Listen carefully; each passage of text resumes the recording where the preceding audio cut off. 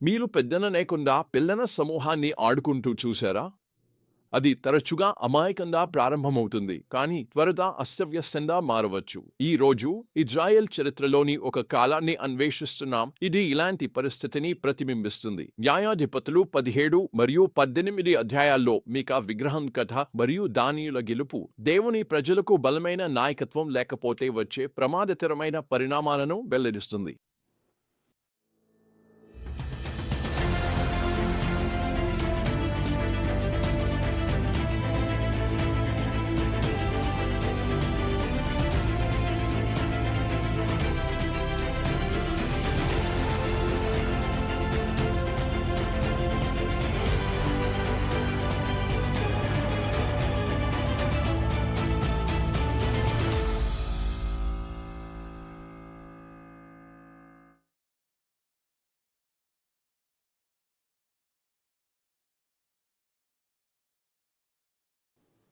ఈ రోజు మన ప్రధాన సందేశం ఇదే. భక్తిమయమైన నాయకత్వం దేవుని మార్గాల పట్ల దృఢమైన కట్టుబాటు లేకుండా మంచి ఉద్దేశాలున్నవారైనా తీవ్రమైన తప్పిదాలు పాపల్లో పడిపోవచ్చు. ఈ భాగాన్ని అర్థం చేసుకోవడానికి కీలకమైన వాక్యం న్యాయాధిపతులు 18:01. ఆ రోజుల్లో ఇజ్రాయెల్కు రాజు లేరు. ఆ రోజుల్లో దానియేలు గోత్రం తమకు స్థిరపడేందుకు ఒక స్థలాన్ని వెతుకుతోంది. ఎందుకంటే వారు ఇజ్రాయెల్ గోత్రాలలో తమకు చెందాల్సిన స్వాస్థ్యాన్ని పొందలేదు. ఈ వాక్యం తరువాత జరిగే నైతిక మరియు ఆధ్యాత్మిక గందరగోళానికి పునాది వేస్తుంది. ఈ కథ ఎఫ్రాయిం గోత్రానికి చెందిన మీకా. అతను తల్లిదండ్రుల వెండి దొంగిలించి తిరిగి ఇచ్చాడు. అతని తల్లి ఈ దొంగతనాన్ని పట్టించుకోకుండా ఆ వెండిలో కొంత విగ్రహం తయారు చేయడానికి ఉపయోగిస్తుంది. తర్వాత మీకా ఒక దేవాలయాన్ని ఏర్పాటు చేసి మరిన్ని విగ్రహాలను తయారు చేసి కుమారుడినే యాజకుడి చేస్తాడు. తర్వాత మీకా ఒక సంచార లేవీయుడిని వ్యక్తిగత యాజకుడిగా నియమించుకుంటాడు. దేవుని ఆశీర్వాదం పొందగలమని అనుకుంటాడు. ఇదే సమయంలో దాన్ గోత్రం స్థిరపడేందుకు భూమి వెతుకుతోంది. గూఢచారులు మీకా యాజకుడిని కలిసి తమ ప్రయాణానికి ఆశీర్వాదం కోరుకుంటారు. తరువాత దానియేలు కొత్త భూమిని జయించేందుకు వారు మీకా విగ్రహాలు దొంగిలించి ఒక శాంతియుతమైన పట్టణాన్ని బలవంతంగా స్వాధీనం చేసుకుని తమ స్వంత విగ్రహారాధన కేంద్రాన్ని ఏర్పాటు చేస్తారు.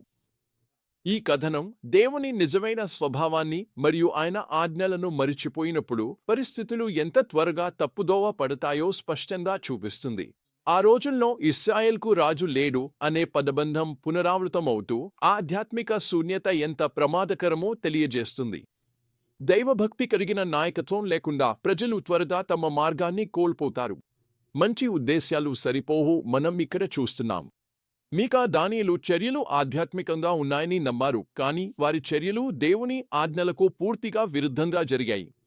ఇక్కడ ఒక ప్రమాదకరమైన సమ్మేళనం కనిపిస్తోంది. మీకా విగ్రహాలను మరియు లేవీయ యాజకుడిని ఉపయోగించడం ద్వారా మనం ఎంత సులభంగా లౌకిక తత్వశాస్త్రాలను మన విశ్వాసంతో కలిపివేయగలమో చూపిస్తుంది. దానియేలు చర్యలు మనకు గుర్తు చేస్తాయి, దేవుని పని దేవుని విధానంలోనే చేయాలి.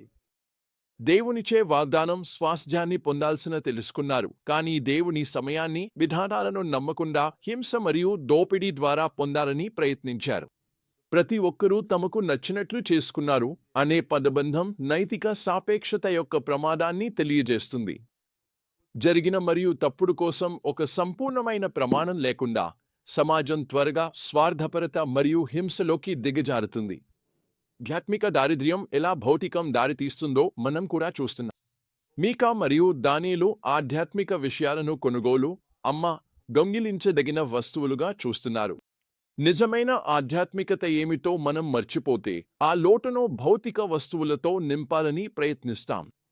మరియు చివరగా ఈ కథ తప్పుడు భద్రత గురించి మనకు హెచ్చరిస్తుంది. మీకా తన ఇంటివారితో, విగ్రహంతో మరియు వ్యక్తిగత యాజకుడితో భద్రంగా అనుకున్నాడు. అలాగే లాయిష్ ప్రజలు తమ ఒంటరిగా ఉండటంలో భద్రతను అనుభవించారు. కానీ ఇద్దరూ దురదృష్టవశాత్తు తప్పు అర్థం చేసుకున్నారు. ఇది మన భద్రత దేవునిలో మాత్రమే ఉండాలని మనకు గుర్తు చేస్తుంది. నా పనిని మార్చిన ఒక విషయాన్ని పంచుకోవాలనుకుంటున్నాను. బైబిల్ నాయకత్వం ముఖ్యమని తెలుసుకున్నాను. ఈ అర్థం నాకు జర్మనీలోని హాన్ బాప్టిస్ట్ చర్చ్కు పాస్టర్గా మారినప్పుడు స్పష్టమైంది. అక్కడ పురుషులకు బాధ్యతతో నిర్ణయించి వారిని కూడా మారేందుకు మార్గం చూపడం ప్రారంభించాను. ఫలితాలు అసాధారణంగా ఉన్నాయి. మేమంతా క్రీస్తులో ఎదిగి శిష్యులను పెంపొందించడం ప్రారంభించాము. మా చర్చ్ సాధారణ సంఘంగా ఉండటం నుంచి పశ్చిమ యూరోప్లో వేగంగా అభివృద్ధి చెందిన సంఘాలలో ఒకటిగా మారింది. కొందేళ్ల తర్వాత ఈ అనుభవాల నుండి ప్రేరణ పొందుతూ నేను డిజిటల్ బైబిల్ ఇన్స్టిట్యూట్ను స్థాపించాను. ఇది ఆత్మీయ నాయకులను అభివృద్ధి చేయడానికి అవసరమైన సూత్రాలపై ఆధారపడిన శిష్యత్వ శిక్షణ వేదిక. దీనివల్ల దేవుడు సముదాయాలను ఎలా మార్చుతున్నాడో మనం చూస్తున్నాము. ఆ ప్రారంభ రోజులు ఒక పాఠాన్ని నేర్పించాయి. ప్రతి తరం క్రీస్తుని పోలిన స్వభావంలో మరియు నిరంతరం ఎదుగుతున్న ఆత్మీయ నాయకులను అవసరంగా కలిగి ఉండాలి. పరిశీలించినప్పుడు ఈ పురాతన కథతో అనేక సమాంతరాలను గమనించగలం. అనేక సమాజాల్లో ప్రజలు బైబిలియన్ సత్యం మరియు ఆచరణ నుండి దూరమవుతున్న కొద్దీ ఒక ఆత్మీయ శూన్యత పెరుగుతోంది. ఇది తరచుగా వ్యక్తిగత నైతికత, భౌతికవాదం మరియు ఆత్మీయతపై ఆకాంక్షల మిశ్రమానికి దారితీస్తుంది. దీన్ని తప్పుడు బోధకులు లేదా సిద్ధాంతాలు సులభంగా దోపిడీ చేయగలవు. కాబట్టి ఈ సత్యాలను మన జీవితాల్లో ఈరోజు ఎలా వర్తింపజేసుకోవచ్చు? మొదటగా, మనకు ఆత్మీయ నాయకత్వం మరియు జవాబుదారీతనం అవసరమనే విషయాన్ని గుర్తించాలి.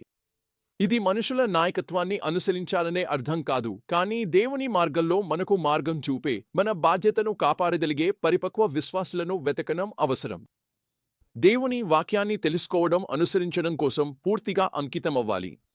మంచి ఉద్దేశాలు ఉండటం మాత్రమే సరిపోదు. మన విశ్వాసాలు మరియు చర్యలను శాస్త్రవాక్య అధికారానికి లోబరుచుకోవాలి. మూడవది, మన జీవితాల్లో సమ్మేళన ధోరణిని, సింక్రెటిజం నిరోధించేందుకు జాగ్రత్తగా ఉండాలి. లౌకిక తత్వశాస్త్రాలను మన విశ్వాసంతో తెలియకుండానే కలిపేయడం సులభం. కాబట్టి మన విశ్వాసాలు, ఆచరణలను దేవుని వాక్య ప్రకాశంలో పరిశీలించుకోవాలి. నాలుగవది, దేవుని కార్యం దేవుని మార్గంలోనే చేయబడాలని గుర్తుంచుకోవాలి. ఫలితాన ఆతృతలో మనం సత్వర మార్గాలు, లోక పద్ధతులు అన్వేషించవచ్చు. కానీ నిజమైన శాశ్వతమైన ఫలితాలు దేవుని సూత్రాలను అనుసరించినప్పుడే వస్తాయి. చివరగా, సాపేక్షవాద ప్రపంచంలో సత్యం కోసం నిలబడే వ్యక్తులుగా అవుదాం. ఒక తుఫాన్లో ఉన్న దీపస్తంభంలా నైతిక గందరగోళంలో మునిగిపోతున్న ఈ ప్రపంచానికి దేవుని మారని సత్యాన్ని అందించగలం. గుర్తుంచుకోండి, న్యాయాధిపతులు మరియు రాజుల ద్వారా ఇశ్రాయేలును నడిపించిన దేవుడు నేడు మిమ్మల్ని కూడా నడిపించాలనుకుంటున్న అదే దేవుడు. ఆయనకు మరియు ఆయన వాక్యానికి దగ్గరగా ఉండటం ద్వారా మీకు తన కాలంలో పడిపోయిన ఉచ్చులను మీరు తప్పించుకోగలరు మరియు అంతేగాక మీ తరం కోసం ఒక వెలుగుగా నిలవగలరు.